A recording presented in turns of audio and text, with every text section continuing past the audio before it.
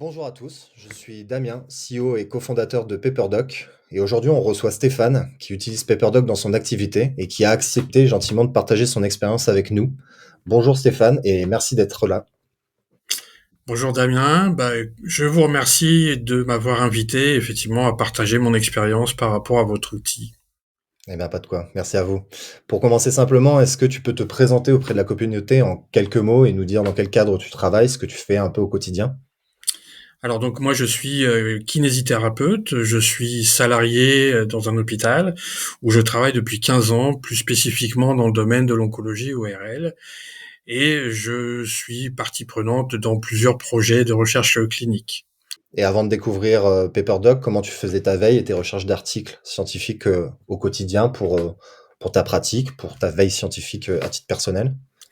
Donc jusqu'à présent, c'était l'utilisation traditionnelle de PubMed avec toute sa complexité et sa lenteur et on va dire, son dévolu, on va dire, à lire et à relire et à le relire encore une multitude d'articles. C'est un bon outil, mais c'est très chronophage. Et il faut faire un tri. C'est une bonne base de données, mais de moins en moins satisfaisante quand on a Ouais. peu de temps à y consacrer. Oui, c'est Les moins alertes, aligné avec aujourd'hui, quoi, la dynamique d'aujourd'hui dans le métier, quoi. voilà. C'est-à-dire qu'on a besoin quand même d'aller vite et de pouvoir avancer quand même rapidement, puisque bon, la recherche, oui, alors à moins d'y consacrer intégralement son temps sur Bien sûr. son temps libre et non pas sur son temps professionnel, mais on a quand même besoin effectivement de pouvoir être auprès des patients et de pouvoir continuer à performer, à chercher les meilleurs traitements, les meilleures prises en charge. Et donc, si on approfondit un peu plus en fonction de ta spécialité, quand on parle de veille ou de recherche, on voit tout de suite des grands noms, des grands postes. Finalement, kinésithérapie, quel est les bienfaits de faire un travail de veille ou de recherche sur de la littérature scientifique concernant ton métier?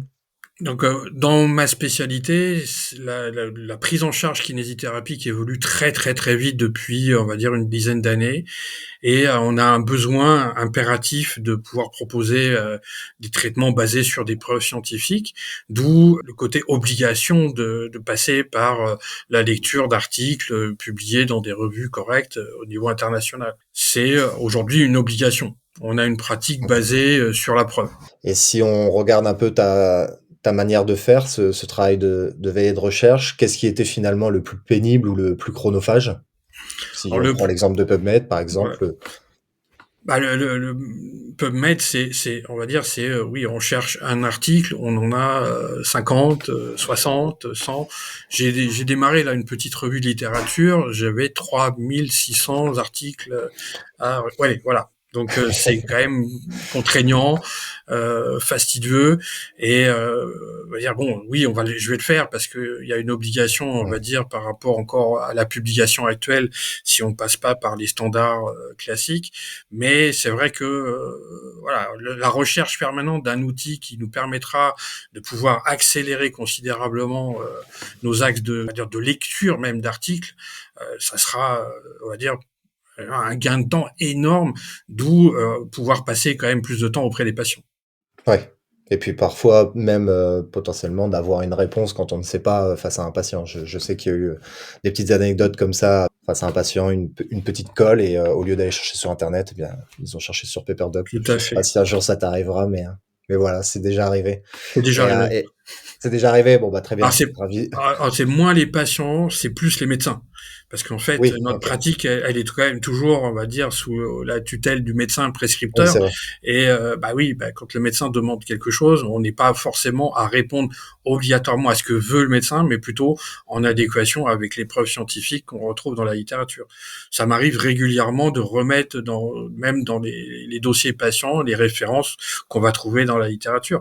Donc là, c'est vrai que PubMed, c'est trop lourd, quoi. C'est-à-dire qu'il faut trouver une autre solution. Ouais, ouais.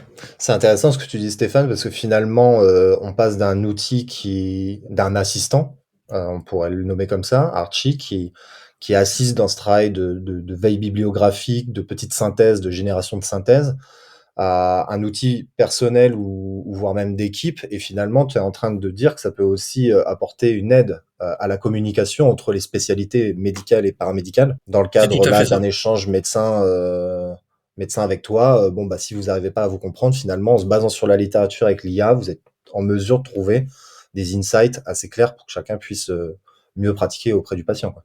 Tout à fait. C'est Eh tout ben, à c'est fait ça et c'est vraiment aujourd'hui, hein, dans nos pratiques, un outil qui va être indispensable. Genre, on pourra pas passer, outre, l'intelligence artificielle, alors quelle qu'elle soit, hein. Mais, ouais, je veux dire que c'est vrai que là, depuis que moi j'ai découvert, PaperDoc, je l'ai utilisé quand même maintes et maintes fois. Il y a plein d'avantages, quoi. Je veux dire que, il y a la rapidité, il y a le fait de pouvoir sélectionner quand même les niveaux de preuves, parce que ça, c'est ouais, quand même, aussi un gain de temps considérable. Ah, c'est sûr que quand on regarde un impact facteur à 1,9 ou 1 à ça change 46, moins.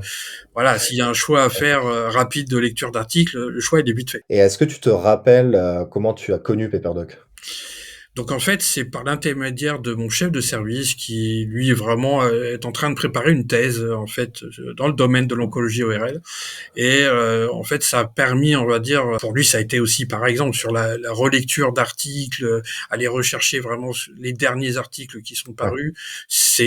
Ça a été un gain de temps. Donc, il m'a fait découvrir cette IA parce que bah, moi aussi, je me suis lancé sur l'écriture d'un protocole de recherche. Je me suis, on va dire, surpris à vraiment, à pas complètement délaisser PubMed, mais un petit peu, pour vraiment me recentrer sur ce que PaperDoc a pu me donner comme référence. Et bon, bah sur les excellents articles, il y a eux-mêmes des références qu'on peut aller rechercher derrière, quoi. Donc ouais. ça fait boule de neige, mais c'est un gain de temps considérable. Oui, et au pire, si Archie, le côté un peu synthèse, intelligence artificielle n'est peut-être pas en adéquation avec le besoin dans les médias, nous, on propose aussi finalement la recherche manuelle qui revient à faire une recherche manuelle sur PubMed, mais avec quand même cette compréhension sémantique de la requête, donc un meilleur filtrage et un meilleur sourcing de l'information. Et qu'est-ce qui t'a convaincu finalement de l'essayer? Parce qu'on te l'a présenté, mais finalement, tu as quand Il même, y a, passé le pas? ouais, sur la prise en charge, on va dire, quand on ouvre l'application, il y a un côté très convivial. Moi, j'ai trouvé que le fait de pouvoir poser une question, d'avoir une réponse alors, directe, si la question elle est pas forcément posée telle quelle, si c'est juste un fait, en fait, Archie repose en fait une question. Ouais, D'accord? Donc là, il y a toujours la reformulation sur un questionnement. Il y a la réponse directe. Il y a les deux autres réponses suggérées ouais, qui c'est ça. découlent d'eux. Donc ça permet de pouvoir aussi éventuellement Ouais, un réorienter peu, si on a oublié quelque chose, si on n'a pas été précis. Ça permet aussi de pouvoir dire, bah oui, tiens, ça, j'avais pas pensé. Et on a une réponse quand même qui est toujours en adéquation avec l'initiale. Il y a aussi le côté de dire que, bah, là, par rapport à la question qui est posée, il y a probablement 0% de chances qu'un article y ouais, réponde, le potentiellement ou le non. Et ça, c'est pareil, ça permet quand même déjà de dire, bon, bah voilà, si j'ai vraiment très très précisément posé une question, il me répond oui à 80%, j'irai lire ces articles-là en ouais, priorité. Je délaisserai pas les autres, mais j'irai lire ceux-là. Après, il y a le côté de dire qu'il y a la référence des articles qui tombent automatiquement.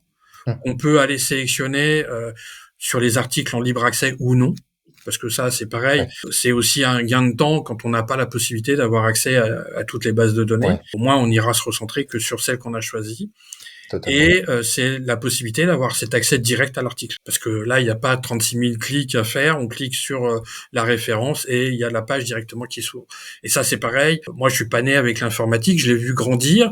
Je n'ai pas fait partie de ces générations comme mes enfants, par exemple, où ils tapent plus vite qu'ils ne parlent. Moi, il me faut du temps. J'ai besoin. Et franchement, j'ai trouvé cet outil, mais alors très, très, très apporté, on va dire, de mes compétences informatiques et elle a répondu parfaitement à mes attentes. Bon, je suis ravi de l'entendre parce qu'effectivement, c'est vraiment l'effort qu'on fait au quotidien, c'est de développer des nouvelles technologies, ultra avancées, mais il faut que pour l'utilisateur, ce soit intuitif, traçable. Tu évoquais justement cette partie, cette notion graphique avec les oui, peut-être non. Est-ce que tu as pu aussi découvrir comment Archie t'expliquait si les pourcentages de oui, heu, tu avais remarqué en survolant le oui ou non peut-être, de l'article, le fait qu'Archie t'explique pourquoi il l'a classé dans cette catégorie ou il y a encore des choses comme ça que Eh ben tu ça, je l'ai pas vu. bon, bah, ça Ah oui, bah, mériterait qu'on se non mais refasse, une petite visio ensemble pour que je te montre un peu, les nouveaux tips qu'il y a eu, d'ajouter dans les mises à jour. Archie t'explique finalement pourquoi il a classifié cet article en oui et il t'explique avec la data qui provient de l'article. L'idée de PaperDoc, c'est vraiment, de te donner une traçabilité de l'information. Alors, l'IA, tout comme un être humain finalement, hein, comme un assistant humain, peut t'apporter une réponse et après que tu sois d'accord avec cette réponse ou non, finalement, elle te regarde toi. C'est ton esprit critique et d'analyse. Mais nous, l'effort qu'on met dans les résultats de PaperDoc, c'est une source qui est qualifiée et réglementée. Donc là, les publications et prochainement, tu verras apparaître aussi les recommandations de la HAS. Et derrière, tu as effectivement la traçabilité de pourquoi Archie finalement a pris cet article, pourquoi il le juge oui, non, peut-être. Et comme ça, il y a toujours cette continuité de l'info qui te permet de mieux prendre tes décisions et, dans tes travaux de recherche ou face à un patient finalement. Ouais, Donc ça, il faudra que je te le montre un peu en off après. pas de Ah, là, souci. si je comprends bien, c'est Archie que tu utilises le plus ou tu as eu l'occasion de résumer des études scientifiques avec PaperDoc AI? Non, j'ai pas fait ça. Et qu'est-ce que ça a changé pour toi finalement d'utiliser PaperDoc? J'ai entendu gain de temps, efficacité. Ouais. Et puis Et voilà. surtout, il y a une chose, c'est que ça permet sur effectivement un temps très très court de répondre à une multitude de questionnements. Parce que, bon, comme je disais, hein, je suis dans la rédaction d'un protocole, c'est très très très spécifique, et donc là, il y a la possibilité de poser les questions, d'avoir les réponses, de garder en mémoire, parce que ça aussi c'est très Ouais, appréciable de pouvoir avoir la possibilité de garder en mémoire toutes ces recherches, les articles d'un côté, les recherches de l'autre, et de pouvoir y revenir, y revenir, y revenir sans avoir de perte d'informations. Ou alors effectivement, il faut être un pro au niveau informatique et bien ouais. classifier ses documents. Mais voilà, c'est pas encore tout à fait mon cas. Mais bon, là c'est vraiment, Ça voilà, reste mais là c'est, éparpillé un peu partout finalement. Là, là l'idée, c'est c'est de vraiment le, centraliser. voilà, c'est tout est centralisé au même endroit, et ça c'est hyper appréciable. Et c'est bon. Là, c'est vrai que j'ai eu la période proposition de 3 recherches par jour. Je suis pas encore arrivé à la version payante. J'étudie de plus en plus cette solution-là, parce qu'effectivement, je pense que j'en aurais réellement besoin. Il y aura On un en deuxième discutera. protocole. Je vais avoir une revue de littérature à faire conjointement avec une étudiante. Donc, je vais m'y mettre assez rapidement. Et c'est ce côté de pouvoir dire, tiens, bah, ça je connais pas, j'ai une interrogation, on pose la question, on a les articles, on va lire, et on aura une réponse relativement rapide. Avancer, et toujours, c'est toujours le même motif, c'est-à-dire que finalement, on a des interrogations sur ce qu'on fait à l'heure actuelle, dans le domaine de la kiné, hein, c'est très Ouais, spécifique à ça, mais là, sur le sujet sur lequel je travaille, au niveau international, il n'y a aucune recommandation dans aucun ok. domaine. Et j'ai cherché sur les protocoles de prise en charge. Déjà, rien que sur l'évaluation du problème, il y a 36 possibilités différentes. Donc là, c'est voilà, pouvoir avancer. J'ai posé plein de questions sur PaperDoc, de dire, est-ce qu'il existe des recommandations, est-ce qu'il existe des protocoles, on va dire, normalisés, validés et tout. Bon, la réponse elle est toujours la même, hein, c'est non, non, Oui. non. Et là, bon, ça m'a convaincu déjà dans la démarche que j'ai entamée. Et ça me permet surtout de pouvoir, à chaque fois que, bah voilà, genre, j'écris, je vais chercher, je recherche des articles à droite et à gauche, Ouais, de je rebondir sur. reviens et je rebondis et je rebondis. Et à chaque fois, bah, je reviens sur ce que le PaperDoc m'a donné pour, on va dire, me conforter, on va dire, dans mes décisions. Parce que les articles ont une bonne valeur, et c'est quand même assez facile de centraliser ce genre d'informations sur finalement juste une application. Enfin, Eh ben, juste. trop bien, trop bien. Je suis ravi d'entendre ça. Et est-ce que je sais que c'est toujours un peu compliqué pour tout le monde de répondre à cette question. Finalement, contrairement à comment tu le faisais avant, maintenant avec du PaperDoc, on sait que tu as au moins à minima le sentiment que ça te fait gagner en productivité et en temps. Est-ce que tu arriverais à te dire sur une semaine classique, passer à peu près tant de temps sur PubMed, aujourd'hui avec PaperDoc, finalement, j'arrive à gagner 1 heure, 2 heures sur. Ou pour toi, c'est pas du tout mesurable parce que c'est pas du tout les mêmes attentes et les mêmes performances de. Ça peut être aussi ça, hein. C'est pas conditionné Alors, qu'au facteur temps en ouais. minutes, hein. Si je me réfère vraiment au travail que je suis actuellement en train d'effectuer, entre les départs, vraiment les commencements, où là effectivement je connaissais pas encore PaperDoc, et donc j'ai tout fonctionné et fonctionné essentiellement sur PubMed. Rien que le choix des mots-clés, ça prend Ouais, du temps. Voilà. ouais, La recherche en elle-même, après, ça va. Le croisement des recherches, ça va encore. Après, comme je disais, il m'a sorti 3500 articles. ouais. Faut Là, les ça absorber devient derrière, quoi. effectivement fastidieux. Alors, même si on peut éventuellement notamment sur une revue de littérature s'y mettre à plusieurs, Bien mais sûr. ça prend quand même du temps. Alors je dis pas que la revue de littérature Paperdoc me l'a donné, mais ça Non, m'a permis effectivement de toujours assez rapidement cibler les articles que finalement j'avais retrouvés sur PubMed et de pouvoir dire bon bah voilà, ça m'a permis d'aller beaucoup plus vite dans les choix. C'est-à-dire que ce que m'a donné Paperdoc, je suis allé les rechercher effectivement sur PubMed, j'ai vérifié qu'il y avait pas la d'oubli conformité, et en fait, j'ai été obligé de faire la double démarche dans un premier temps. il Peut-être qu'à faut, l'avenir je la ferai plus. Finalement, il faut. j'irai voilà, mais c'est Ah vrai non, que mais sur la c'est démarche scientifique, moi, mon but, c'était éventuellement après de pouvoir partager sur les publications. Donc là, bah, sur les publications, ils nous obligeront à passer par la méthodologie Prisma et ouais, ainsi de suite. Donc, on n'aura totalement. pas le choix. Totalement. Donc finalement, il y a moins cette notion de temps à proprement parler, mais PaperDoc permet de jouer plus facilement avec l'information et donc en ayant plus de flexibilité dans ce travail de jouer avec l'information, on est capable d'aller plus loin, plus vite, de voir un peu plus large peut-être qu'un PubMed qui référence tout un 3000 articles, comme tu le disais, pour une simple recherche, Tout à fait. de niveau 1, quoi. OK. Alors après, ça dépend ce qu'on veut faire. Parce que là, si Totalement, j'avais une totalement. Ouais. problématique sur un sujet précis, sur une prise en charge, on a eu la discussion avec mes collègues orthophonistes aujourd'hui sur est-ce il y a des recommandations sur des cas très très. On n'a rien trouvé Il y a quelques réponses sur PubMed, mais pareil, c'est noyé dans une masse considérable. Ouais, Moi, j'ai dit, bah, je vais poser la question. Demain, j'attends que ma collègue ortho revienne. Elle était partie un peu plus tôt aujourd'hui. Et demain, on va ouvrir on PaperDoc et on s'en va poser la aurait question. Puis on verra bien ce qu'il va nous dire. totalement. Mais là, ça va être un gain de temps parce qu'on n'aura pas besoin d'aller Oui, de fouiller, chercher ouais. voilà, des mille et des mille et des mille articles sur PubMed. Oui, pour une information qu'on veut là dans l'immédiat, on veut pas forcément faire des travaux de recherche, sur un an sur le sujet. Donc là, Tout sur à le l'heure gain de temps, si je fais une recherche PubMed sur le sujet, je pense que je vais en avoir pour allez 3-4 heures minimum pour déjà faire la recherche, pour trier les articles, tomber sur les bons qui seront pertinents.